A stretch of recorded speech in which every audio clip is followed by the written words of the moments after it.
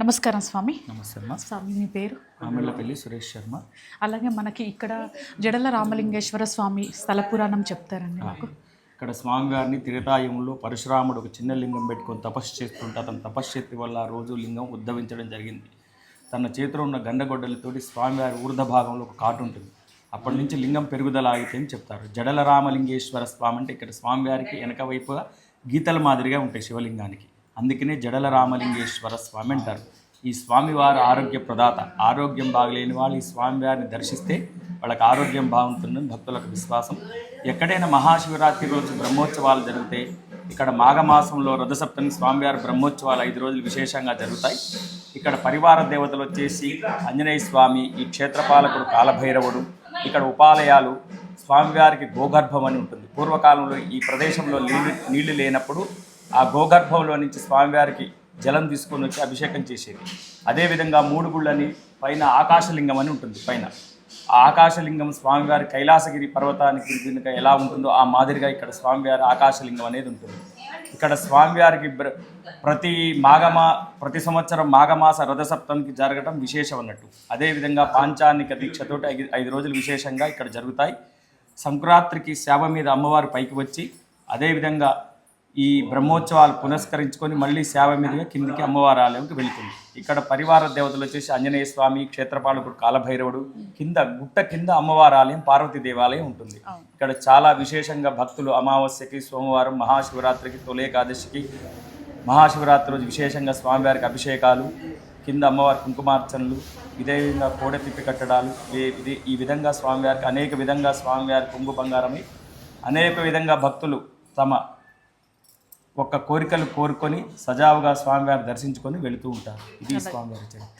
అలాగే మనకి పైన కొండపైన ఉన్నది అదే 3 గుళ్ళని ఆకాశలింగం అంటే అదే అండి. ఆకాశలింగం పైన కొండపైన ఉంటుంది. చిన్న పూర్వకాలంలో ఏంటంటే ఈ మార్గం లేనప్పుడు చిన్న ఇరుకు మార్గం ఉండేది గుండు మధ్యలో. ఆ గుండు మధ్యలో నుంచి చిన్న ఇరుకు మార్గం నుంచి పైకి వెళ్ళేది. ఇప్పుడు ఏం చేశారంటే పక్క నుంచి వేరే మెట్లు విధంగా భక్తులకి ఎక్కువ జనాలు వస్తున్నారు కాబట్టి ఆ మోక్ష మార్గం నుంచి పోవాలని కొద్దిగా ఇబ్బంది కలుగుతుందని పక్క నుంచి మెట్లు. అందులో నేను కూడా ఒక 10 years బ్యాక్ వచ్చా. మనకి మొలలు కొడితే దాన్ని పట్టుకొని పైకి ఎక్కేవాళ్ళు, రాడ్స్ ఉండేవారు. ఇప్పుడు చాలా చక్కగా అందరికీ అనుకూలంగా మా వర్క్ చేశారు. చాలా ధన్యవాదాలు స్వామి, చక్కటి ఇన్ఫర్మేషన్ ఇచ్చారు. సమానం భవతి శతాయ పురుషేంద్రియే ఆయుష్యేవేంద్రియే ప్రతిష్టతి పరమేశ్వర సంకల్పిత సిద్ధిరస్తు పునర్దర్శన ప్రాప్తిరస్తు తదాస్తు ఆయుష్మాన్ భవేశ్వర సంకల్పిత సిద్ధిరస్తు ఇష్టకామ్యార్థఫల దీర్ఘ సుమంగళీ భవతి. నమస్కారం అమ్మ. నమస్కారం. నమస్కారం అమ్మ. మీ పేరమ్మా? నా పేరు పార్వతమ్మ. సంతోషం అమ్మ. ఇక్కడైతే జడర రామలింగేశ్వర టెంపుల్ ఇది. అనుకున్నవి మనసారా 10 మందికి బాగుండాలి అని కోరుకొని వస్తే సక్సెస్ అవుతాయి. మనమే బాగుండాలంటే ఏది సక్సెస్ కాదు. 10 మంది బాగుండాలి, మన జీవితానికి ఒక అర్థం ఉండాలి, మనం ఒకరి కోసం మంచి చేస్తాము అనే నమ్మకంతో చేస్తే ఏది ఆశించకుండా ఖచ్చితంగా అవుతుంది. ఎంతోమంది మాకు అయితలేవు అనుకున్న వాళ్ళకు కూడా మనసారా చేస్తే అవుతాయి. ఆ అమ్మ ఎంతో ముట్టిన వాళ్ళకి ముత్యం చేస్తుంది, పట్టిన వాళ్ళకి పగడం చేస్తుంది. మట్టి పట్టుకుంటే బంగారం అవుతుంది. ఆ తల్లి బంగారు తల్లి. అమ్మ కోరుకున్నవి కొంగు బంగారం చేస్తుంది. సంతోషంగా అనుకున్న అన్నీ అమలు చేసే తల్లి అమ్మ. అమ్మని మనసారా తలుసుకొని అందరికీ మంచి కావాలని కోరుకుంటే ఖచ్చితంగా అవుతాయి. అమ్మ కాందంటూ ఏమీ లేదు. ఓపికగా సహనంగా తిరగాలి. అమ్మని నమ్ముకున్న వాళ్ళకి ఇంకా అడుగు ఉండదు, ముందుకే అడుగు ఉంటుంది. ఏదో జరగాలి అని మాత్రం కాకుండా అందరూ బాగుండాలి, అందరూ బాగుండాలని చెయ్యాలి. అది మనం ఆశించొద్దు. అమ్మకి మనం అర్పణ అయిపోవాలి అంతే. అమ్మ దీవెనలు దొరకడమే మనకు చాలా సంతోషం. అమ్మని పూజించే ఈ జన్మ చాలా సంతోషం అంతే. అమ్మవారిని మనం ఎంత తలుసుకుంటే అంత కనబడుతుంది. అది కనిపించినంత చూసిన వాళ్ళకి చూసినంత మనసారా చూస్తే తల్లి సత్యంగా కనబడుతుంది. మనం సత్యంగా ఉంటే ఖచ్చితంగా అమ్మ కనపడుతుంది. అమ్మ దీవెనలు అందరికీ ఉండాలి. కలకాలం అందరూ సుఖ సంతోషాలతో ఉండాలి.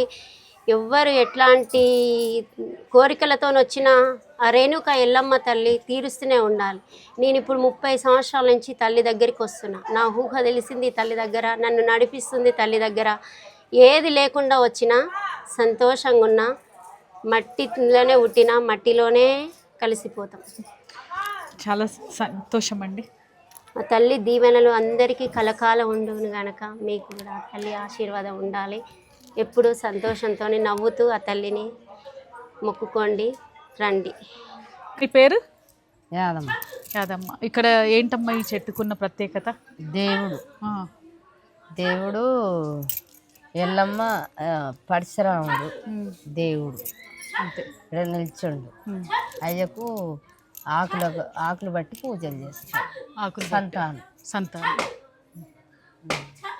ఓం నమః శివాయ. ఓం నమః శివాయ. ఓం నమః శివాయ. ఓం నమః శివాయ. ఓం నమః శివాయ. ఓం నమః శివాయ. ఓం నమః శివాయ. రాజు గారు ఇక్కడ స్వామి గారి గురించి చెప్పండి మాకు. ఇక్కడ స్వామి స్వయంభూ పార్వతి జడల రామలింగేశ్వర స్వామి అని పరశురాముడు స్థాపించినటువంటి స్వామి వారు ఇక్కడ గొడ్డలతోటి చెక్కడం తోటి అక్కడ జడలు అని ఉంటుంది. అక్కడ పేరు ఉన్నది జడల రామలింగేశ్వర స్వామి అని పేరు వచ్చింది. కింద పరశురాముడు ఉంటాడు మళ్ళీ లింగాకారంలో, అటు మధ్యలో ఆత్మలింగం స్వామి ఉంటాడు, కింద శివుడు. మళ్ళీ ప్రతి అమాసకి ఇక్కడికి ఒక 80,000 నుంచి మినిమం 1,00,000 వరకు భక్తులు వచ్చే అవకాశం ఉంటుంది.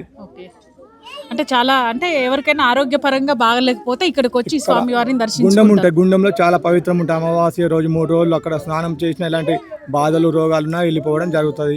ముందు పాదాలు పెట్టుకున్నా కానీ ఏమన్నా అవకాశం ఉంటే వెళ్ళిపోతుంటాయి. ఓకే, చాలా సంతోషం అండి. చాలా చక్కటి ఇన్ఫర్మేషన్ ఇచ్చారు. ఈ వ్యూ అయితే చాలా చాలా బ్యూటిఫుల్గా ఉంది. చాలా గ్రీనరీగా ఉంది. పైకి అయితే వచ్చా, ఇంకా పైకి ఎక్కాలి. మొత్తం వీడియో అయితే అక్కడికి వెళ్ళాలండి.